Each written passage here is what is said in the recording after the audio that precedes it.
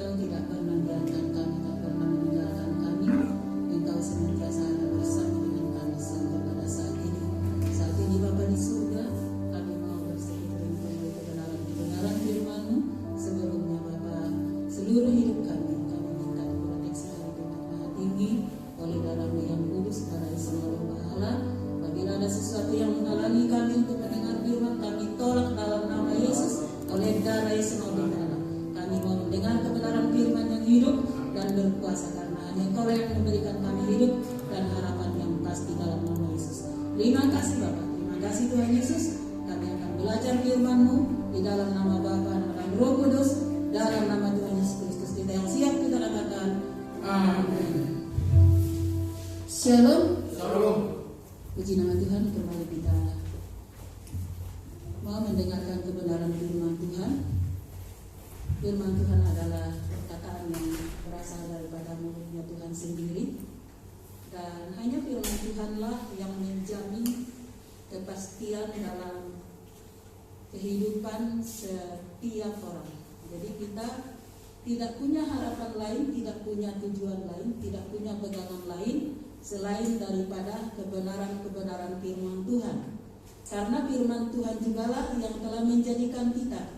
Oleh sebab itu kita harus benar-benar mempelajari firman Tuhan setiap hari dalam kehidupan kita, karena firman Tuhan itu satu-satunya yang benar-benar memberikan jaminan di dalam kehidupan kita. Kita akan membuka di dalam Mazmur pasal yang ke-84 ayat 6 sampai 8.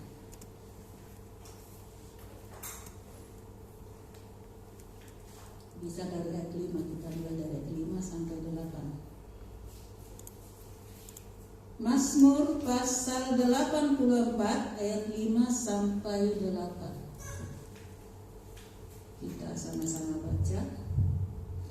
1, 2, 3. Berbahagialah orang-orang yang diam di dalam rumah-Mu, yang terus-menerus memuji-muji Engkau Selah. Berbahagialah manusia yang kekuatannya di dalam Engkau, yang berhasrat mengadakan siara. Apabila melintasi lembah bakar, mereka membuatnya menjadi tempat yang bermata air. Bahkan hujan pada awal musim mengelubunginya dengan berkat. Mereka berjalan makin lama makin kuat, hendak menghadap Allah di Sion. Amin. Jadi kita mempelajari firman Tuhan hari ini.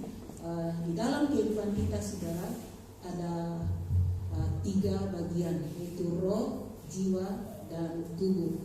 Nah, di dalam kehidupan kita yang sangat penting untuk dibangun adalah manusia roh. Manusia roh, kalau kita tidak mempersiapkannya, kalau kita tidak benar-benar membangunnya,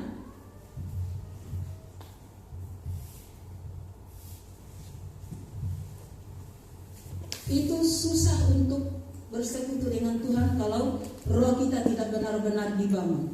Jadi kita harus benar-benar membangun hubungan kita dengan Tuhan. Bagaimana kita bisa membangun diri kita dengan Tuhan?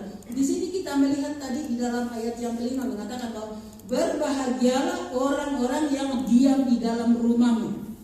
Orang yang diam di dalam rumah Tuhan, yang hidup di dalam Tuhan, yang senantiasa melekat kepada Tuhan adalah orang-orang yang berbahagia.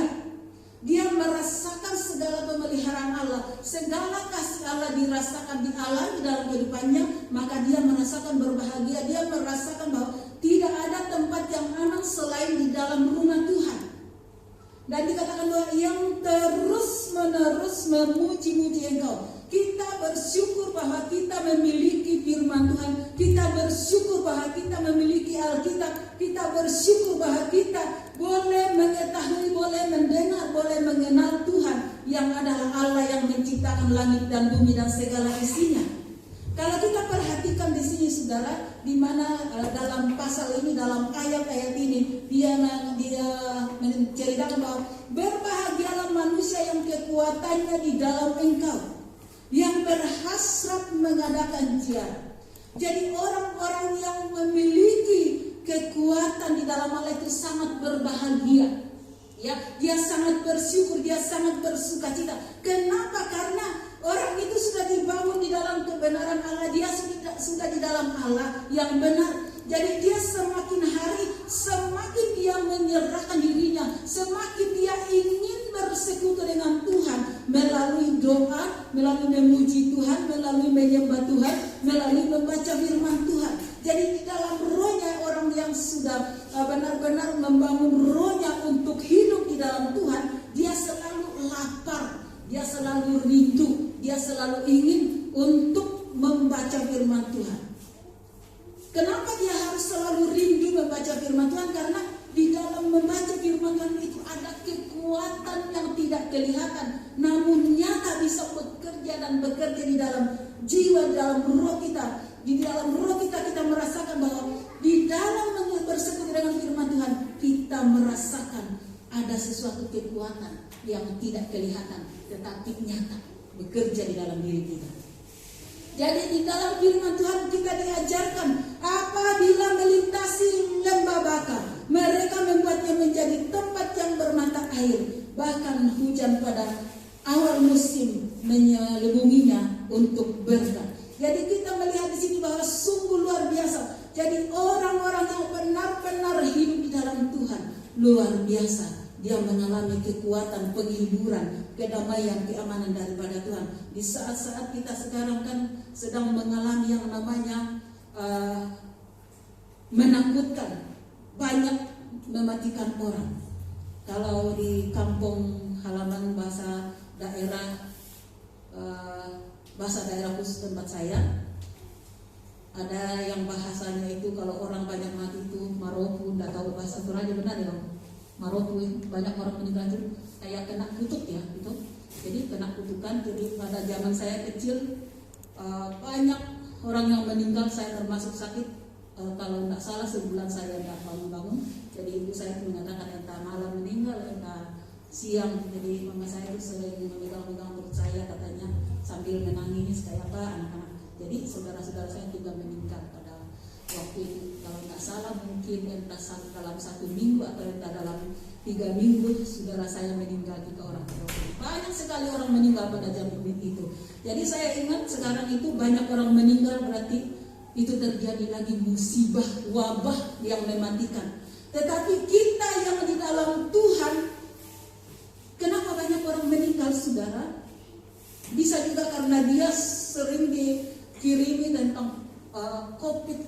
Jadi kita juga ajak tentang katanya kalau COVID itu ada yang panas, ada yang dingin, ada yang batuk, ada yang pokoknya macam-macam. Jadi itu kalau kita baca dengan teliti saudara, itu bisa mempengaruhi pikiran kita. Dan akhirnya kita jadi takut, sudah sampai sini. Jadi saya teringat dengan pendeta Ibu Delinda Lasir, dia kena COVID saudara. Kenapa dia kena saudara? Karena dia selalu dikirimi oleh teman-teman yang katanya tentang COVID. Lalu dia baca, lalu katanya dia teliti itu detailnya sampai dia baca, akhirnya sudah sampai di sini. Jadi kata-kata teman-teman jadi, kalau ibu memerlukan rumah sakit yang mana, kami siapkan. Jadi akhirnya benar-benar sudah tidak bisa bernapas, sudah sesak, hampir mati. Lalu dia diingatkan oleh Tuhan, katanya percaya sama aku. Setelah dia sadari itu, dia katakan, dia mengambil keputusan perjamuan kudus dengan suaminya. Dia mengatakan sama suaminya, dia panggil suaminya saya, katanya lebih baik kita ambil perjamuan karena Tuhan itu, karena dalam persekutuan dengan tubuh dan darah Tuhan itu berkuasa dan dahsyat. Setelah dia mengadakan perjamuan, dia imani bahwa di dalam roti, di dalam anggur itu ada kuasa Tuhan yang luar biasa. Dan dia minum dengan iman, dia makan dengan iman. Habis makan dan minum itu belum, dia tidak batu-batu lagi, tidak sesak lagi. Karena apa? Karena di dalam tubuh Yesus, dalam darah Yesus itu ada kuasa. Itu pun yang saya lakukan waktu ada sesuatu yang tidak beres pada waktu itu. Tapi saya tidak takut, saya kalau tidak salah 2 kali saya beri perjamuan, baik itu Theophilus, baik itu Dorcas, dan saya sendiri entah 3 kali atau 4 kali saya perjamuan secara pribadi. Yang saya pegang adalah saya bilang, Tuhan, Engkau sudah mati bagi semua orang dan Engkau sudah mati bagiku, dan aku mau memakan perjamuan ini dengan iman bahwa di dalam roti, di dalam anggur ini, virus-virus yang menakutkan, yang mematikan itu dihancurkan, dimusnahkan, dibinasakan oleh tubuh dan darah Yesus. Dan sampai hari ini saudara, saya bisa ada sebagaimana ada karena iman dalam Yesus Kristus. Jadi kita harus membangun roh kita itu di dalam Yesus Kristus. Kita harus benar-benar mengandalkan Tuhan di masa-masa sekarang, karena masa-masa sekarang itu adalah masa-masa yang menentukan ke depan. Setiap benih kebenaran firman, setiap ajaran yang kita dengarkan, khususnya di dalam Alkitab, kita harus pelajari dan kita harus menyimpan di dalam hati dan kita di dalam firman itu sendiri. Kenapa kita harus di dalam firman dan firman di dalam kita? Karena dengan adanya firman dalam kita, kita bisa katakan, tidak ada yang bisa menjamah tanpa seizin Tuhan. Amin. Tidak ada yang bisa menjamah anak-anak Tuhan tanpa seizin Bapa. Jadi segala sesuatu itu diizinkan, berarti orang itu mampu untuk menjalaninya. Ataupun mungkin diizinkan karena dia seperti yang disaksikan oleh Ibu Dewi Basir, karena dia teliti banget membaca itu, lalu akhirnya dia mengimani bahwa dia kayak satu-satu, jadi dia semakin takut. Jadi firman Allah mengatakan bahwa kita jangan takut, jangan khawatir, percaya saja. Bukan kita menentang, tetapi kita memegang janji firman Tuhan, kita memegang apa yang keluar dari mulut Tuhan, bahwa firman Tuhan itu lebih berkuasa, lebih dahsyat dari segalanya. Yang penting kita hidup benar di hadapan Allah. Apabila hati kita, roh kita, jiwa kita, seluruh hidup kita benar-benar beres di hadapan Tuhan, beres dengan diri kita, beres dalam rumah tangga, saya percaya Tuhan menggenapi firman-Nya satu persatu. Karena firman Tuhan itu adalah ya. Firman Tuhan tidak pernah berbohong. Firman Tuhan mengajarkan kepada kita supaya kita benar-benar membangun manusia roh. Kita memberi makan itu roh kita. Sebab kalau kita memberi makan roh kita, kita di dalam roh kita itu merasakan kekuatan baru, pertolongan baru, tuntunan baru terjadi dalam kita, penerangan baru daripada firman Tuhan itu bekerja di dalam diri kita, sehingga kita bisa menjalani hidup ini dengan pertolongan Allah dan karena iman kepada firman Tuhan. Kenapa kita harus menjadi orang yang memberi makan, membangun manusia roh? Sebab kalau kita membangun manusia roh, kita akan menjadi orang yang tangguh. Tahu tangguh? Kuat, kokoh. Jadi tidak mudah dikalahkan. Karena apa? Karena ada kekuatan yang tidak kelihatan bekerja di dalam diri kita, itu firman yang hidup dan berkuasa melalui rohnya, melalui iman kita di dalam firman Tuhan itu sendiri. Kita melihat di dalam Alkitab, baik itu Daniel adalah seorang pribadi yang benar-benar membangun manusia roh. Semakin dilarang, dia semakin datang sama Tuhan. Kenapa dia semakin dilarang, semakin datang kepada Tuhan? Karena dia tahu bahwa kekuatannya dan yang bisa melindunginya, yang bisa meloloskannya hanyalah satu, yang dari atas. Tuhan yang Maha Kuasa, yang menjadikan langit dan bumi. Itulah yang sanggup meloloskannya, itulah yang sanggup menolongnya. Bahkan di dalam Perjanjian Baru yang orang-orang membangun manusia roh adalah si Petrus, Paulus, Timotius. Mereka suka belajar firman Tuhan, suka membaca firman Tuhan, membaca, mempraktekannya, berdoa, melakukannya dalam kehidupannya. Jadi kita harus benar-benar zaman sekarang harus melatih diri kita membangun manusia roh, supaya kita ke depan menjadi orang yang tangguh, menjadi orang yang kuat. Karena ke depan pasti lebih mengerikan. Ya akan, Alkitab sudah mencatat di dalam nubuat-nubuat nanti ada kuda merah lah segala macam, kan ada di dalam Wahyu. Jadi soal corona ini saudara, walaupun mungkin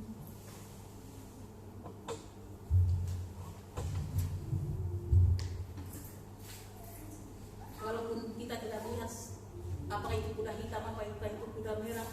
Tetapi inilah banyak darah yang tertumpah, banyak orang meninggal karena penyakit. Ini adalah tanda-tanda bagi kita untuk benar-benar mempersiapkan manusia roh. Sebab dengan adanya manusia roh dibangun di dalam rumah tangga, dalam rumah kita, saya percaya ada api kemuliaan Allah, kebangkitan terjadi dalam rumah tangga kita, dalam pribadi kita. Karena apa? Karena kita ini terdiri dari roh. Di dalam 1 Tesalonika pasal 5 ayat 23, kita coba buka. 1 Tesalonika 5 ayat 23. Dia berkata seperti ini, kita sama-sama baca 1, 2, 3. Semoga Allah damai sejahtera menguruskan kamu seluruhnya, dan semoga roh, jiwa, dan tubuhmu terpelihara sempurna dengan tak bercacat pada hari kedatangan Yesus Kristus Tuhan kita. Amin. Jadi yang sangat penting dalam kehidupan kita, yang sangat perlu kita perhatikan, bahwa kita ini adalah manusia roh. Manusia itu intinya roh. Jadi manusia itu intinya roh. Jadi Tuhan menambahkan jiwa, Tuhan menambahkan tubuh supaya bisa ditempatkan di Taman Eden. Itu yang Tuhan lakukan di Taman Eden.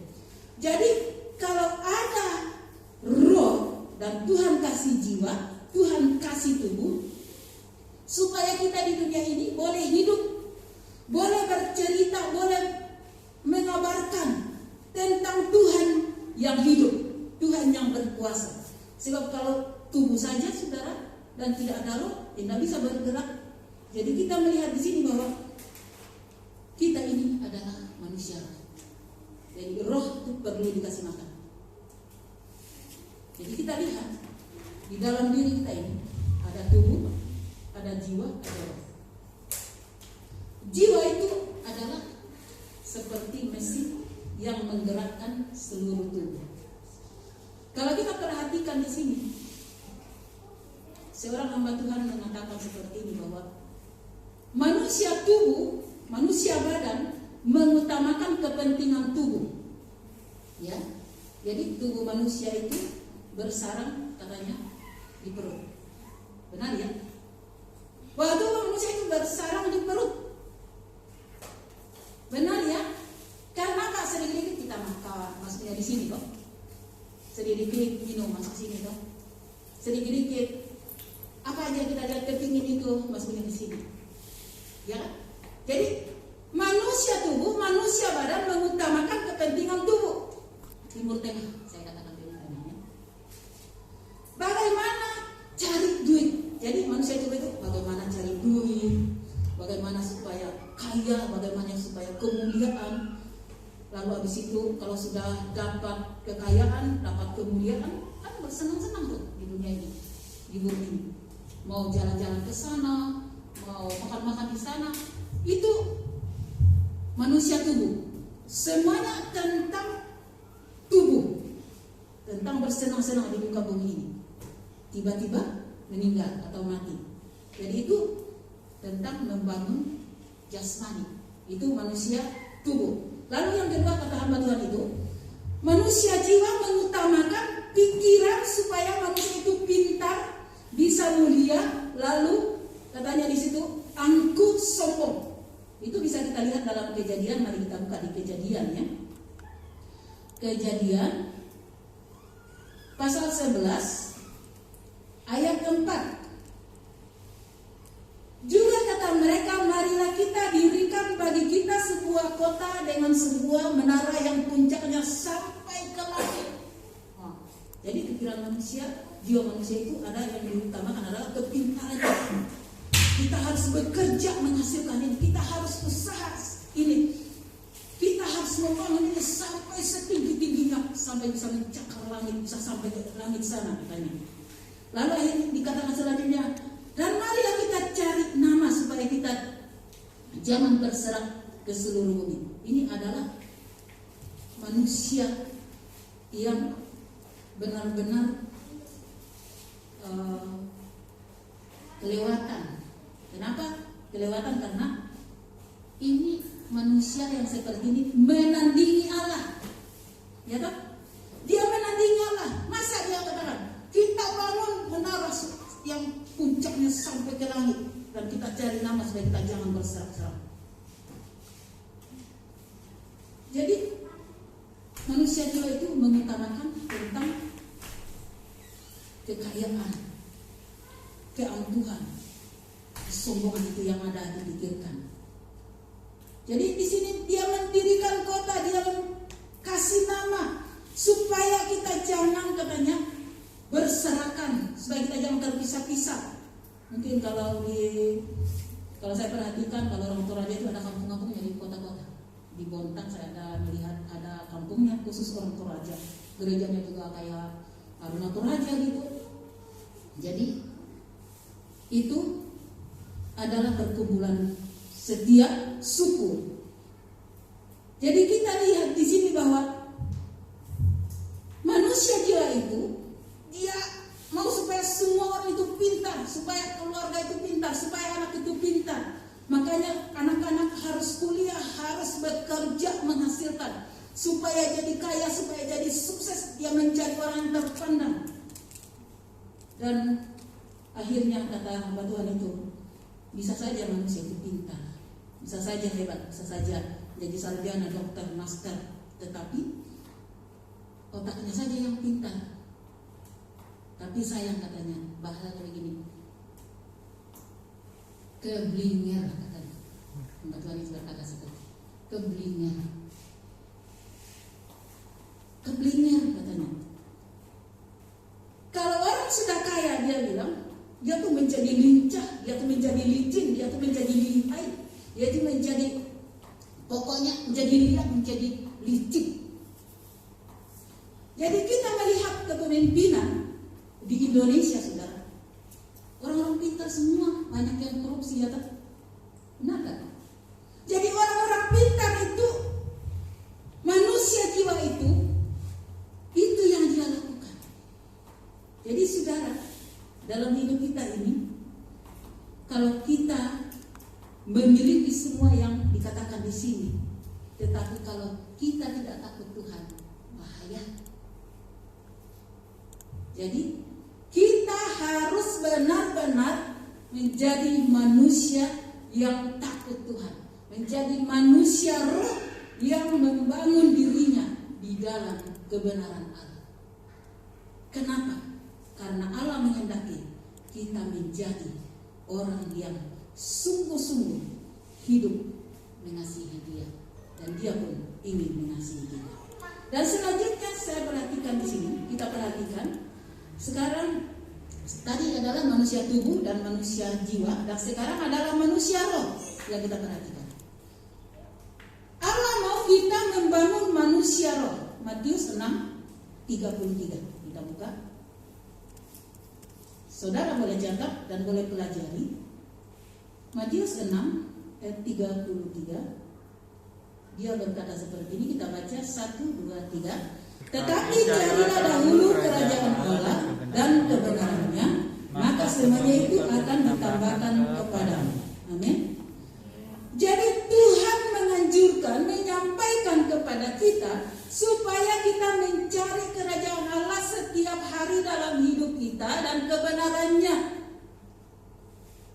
Kenapa kita diperintahkan seperti itu? Karena kerajaan Allah itu adalah pemerintahan Allah atas semua orang yang taat kepadanya. Sebagaimana Yesus taat kepada kehendak Allah sampai menyerahkan dirinya sepenuhnya. Jadi kita pun harus benar-benar hidup seperti yang Tuhan Yesus contohkan dalam firman Tuhan. Dikatakan bahwa maka setiap umat Allah juga harus menyerahkan dirinya untuk mengikuti kemauannya Tuhan. Dengan begitu kita membuktikan bahwa kita sudah menjadi warga kerajaan Allah dan layak untuk menerima semua yang Allah sudah janjikan untuk umat pilihannya dari sejak semula ketika Yesus kembali Allah akan menentukan dengan nyata di dunia ini. Sebagaimana Dia selalu memerintah di surga, demikianlah akan terjadi di dunia ini. Jadi itulah sebabnya ada firman Tuhan mengatakan, datanglah kerajaanmu, jadilah kehendakmu. Coba kita buka Daniel pasal 7 ayat 13-14. Kita buka Daniel pasal 7 ayat 13 dan 14.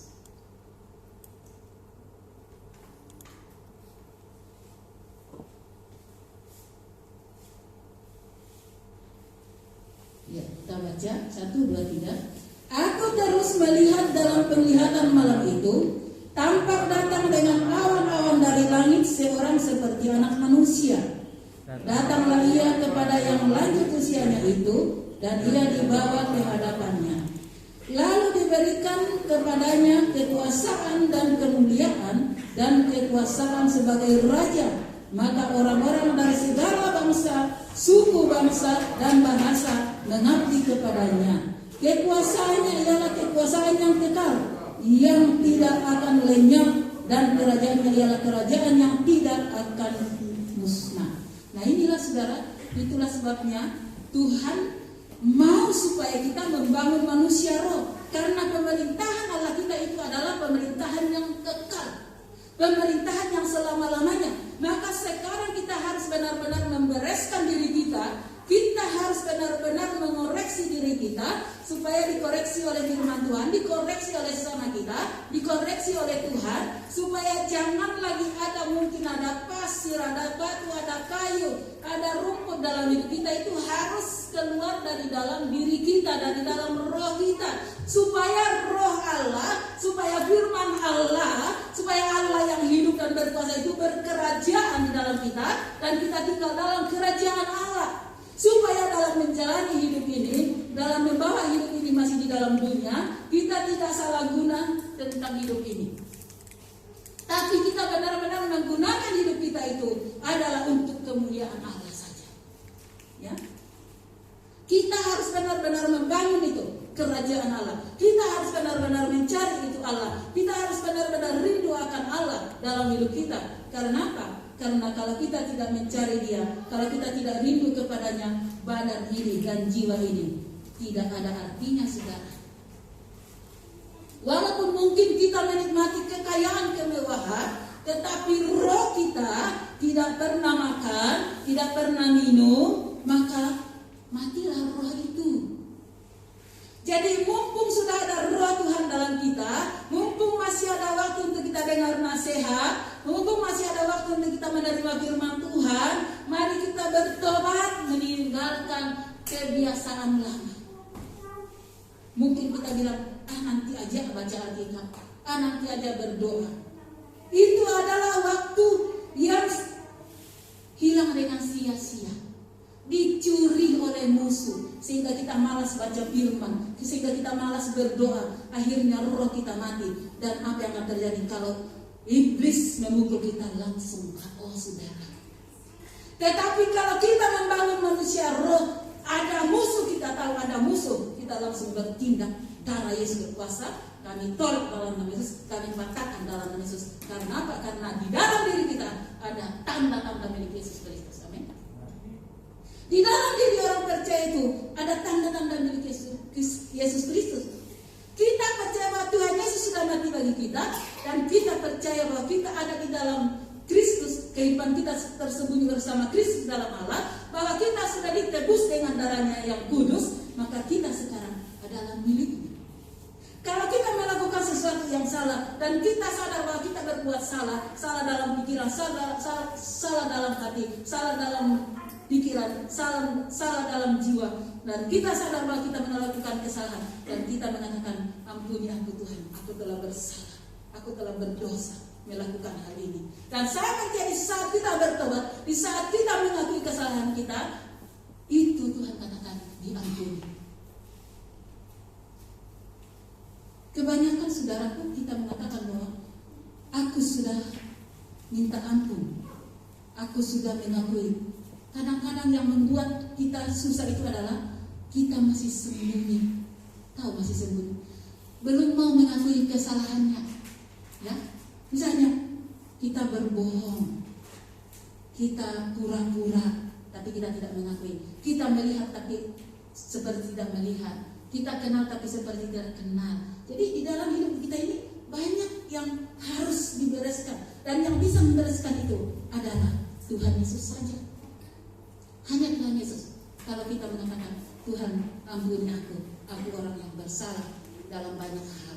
Saya percaya apabila kita mengakuinya, Dia akan mengampuni kita.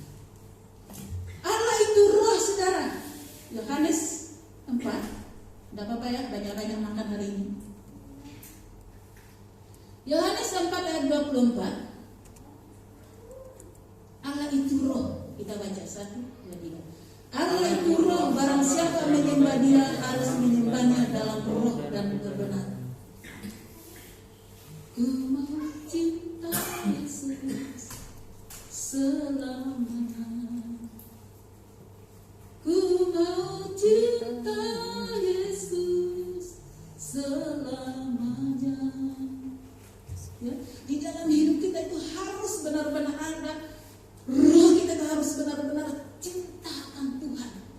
Sebab Dia roh, maka roh kita itu harus mengakui bahwa aku cinta kepadamu Tuhan, aku mengasihi Engkau, aku menghormati, aku merindukan Engkau selalu dalam hidupku. Berarti roh kita itu benar-benar berhubungan dengan Tuhan.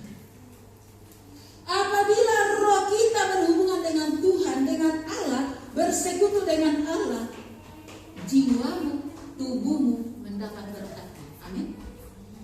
Jadi kalau kita benar-benar roh kita itu berhubungan dengan Tuhan, memiliki persekutuan dengan rohnya yang besar, roh yang besar yang dahsyat itu, akhirnya jiwa kita, tubuh kita dapat berkat. Berkatnya adalah sehat, baik-baik. Amin. Itu firman Tuhan. Makanya dikatakan harus membangun manusia roh, supaya kalau Tuhan datang, Dia mendapati kita sudah siap.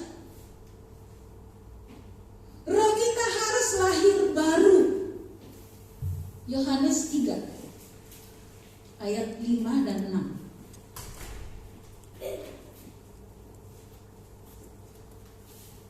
Jawab Yesus, aku berkata kepadamu, sesungguhnya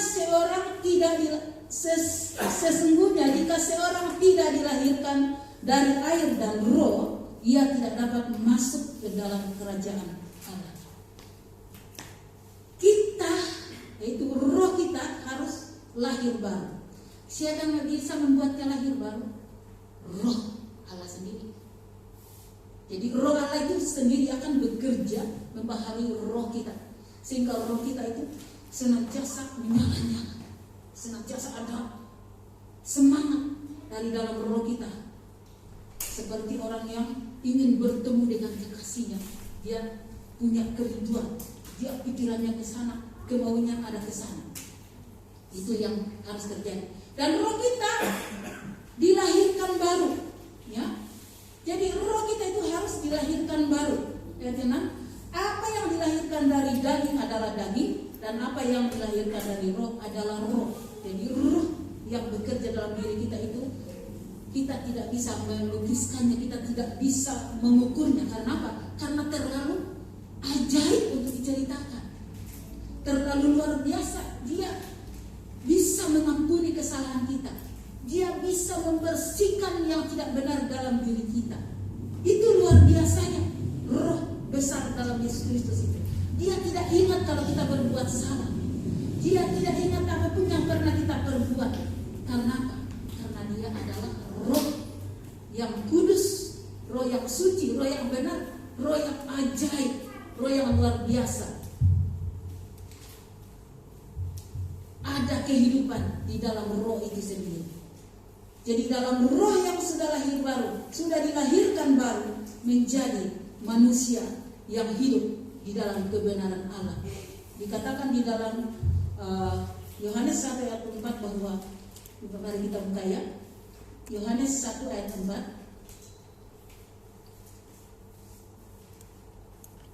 Dalam Dia ada hidup, dan hidup itu adalah terang manusia. Kita sudah diterangi. Jadi di dalam diri kita, dalam diri orang yang sudah ada roh Tuhan, yang sudah membangun dirinya dalam roh, dia tidak ingin ada kebohongan dalam diri. Dia tidak ingin hal-hal yang kotor di dalam dirinya.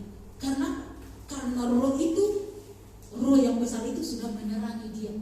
Tuhan sudah menerangi dia bahwa semua yang najis itu, semua yang kotor itu kotor di hadapan Allah, menjijikkan bagi dia. Seperti kalau saudara yang dulunya mungkin merokok, dan setelah saudara tidak mau lagi merokok, sangat kuat. Jadi orang yang merokok dengan tidak merokok itu beda sekali, saudara. Orang yang tidak merokok, orang yang mungkin di luar sana merokok, baunya itu sampai ke sini. Itu bedanya. Tapi orang yang merokok itu dia tidak tahu apa itu ada orang merokok, tidak. Tapi orang yang tidak merokok, kalau ada orang merokok di luar, dia kecium tajam sekali kecuali. Benar ya? Saya saudaraku di Banjarlingga, saya di atas. Kalau ada orang merokok di bawah sana, di bawah ini tahan saya bawa. Jadi beda orang yang merokok dengan tidak merokok. Kalau orang yang merokok kan karena sudah biasa, jadi dia tidak tahu apa itu bau rokok. Tapi orang yang tidak merokok itu beda. Demikian di dalam kehidupan kita yang sudah ada roh Tuhan yang membangun manusia roh, dia tahu bahwa ini salah. Dia tidak boleh berpura-pura, dia tidak boleh berdusta, dia tidak boleh sembarangan dengan hidupnya, dia tidak boleh mengambil yang bukan haknya. Dia tahu kenapa? Karena Tuhan sudah menerangi hidupnya. Amin. Jadi kita yang sudah diterangi hidup kita tidak bisa lagi berpura-pura. Baik, kita tidak bisa lagi berpura-pura hidup seperti orang yang hidup di dalam dunia ini, tapi kita benar-benar memulai kehidupan kita itu dari hari lebih baik, lebih bersih, lebih kudus, lebih kuat, lebih tangguh lagi di dalam kehidupan kita. Sehingga kalau ada badai menerpa kita mengatakan Tuhan lebih besar menyertai saya, Tuhan berkuasa menolong saya, Tuhan pembelaku. Jadi kita yang ada di dalam roh Allah, yang membangun manusia roh, kita bisa mengatakan dengan benar. Apa yang kita pelajari, apa yang kita baca, itu dengan sendirinya keluar. Karena sudah ada roh yang besar dalam diri kita, menyatu dengan roh kita, membantu kita. Jadi roh Yesus Kristus, roh kita yang sudah dibaharui, yang sudah dilahirkan baru itu, mendapat kekuatan makanannya dalam Yesus Kristus. Makanannya dalam firman Tuhan. Oleh sebab itu, baik anak-anak muda, pemuda-pemudi, orang tua, Bapak Ibu sekalian, mari kita membangun manusia roh kita. Supaya kita tangguh, supaya kita kuat, sukalah berdoa, sukalah baca firman Tuhan, sukalah memuji Tuhan, sukalah menyembah Tuhan. Maka engkau menjadi orang yang kuat, tangguh. Memang kalau ada masalah tidak gampang, tapi kalau engkau suka baca firman, kau punya senjata, kekuatan roh dalam hidupmu. Apapun yang terjadi, kau menjadi orang yang tangguh, pemuda yang tangguh, pemudi yang tangguh. Kau bisa melawan dosa, kau bisa melawan setan, kau bisa melawan semua yang tidak baik di dunia ini, karena kita masih di dunia ini berhadapan banyak hal. Maka bangunlah manusia roh itu dalam dirimu, dalam hidupmu. Mulai hari ini, besok akan sampai Tuhan datang. Mari kita terus semakin cinta, semakin menggebu-gebu, semakin lebih dalam lagi. Kita minta dimampukan oleh Tuhan. Amin. Buat firman Tuhan, Tuhan berkati kita.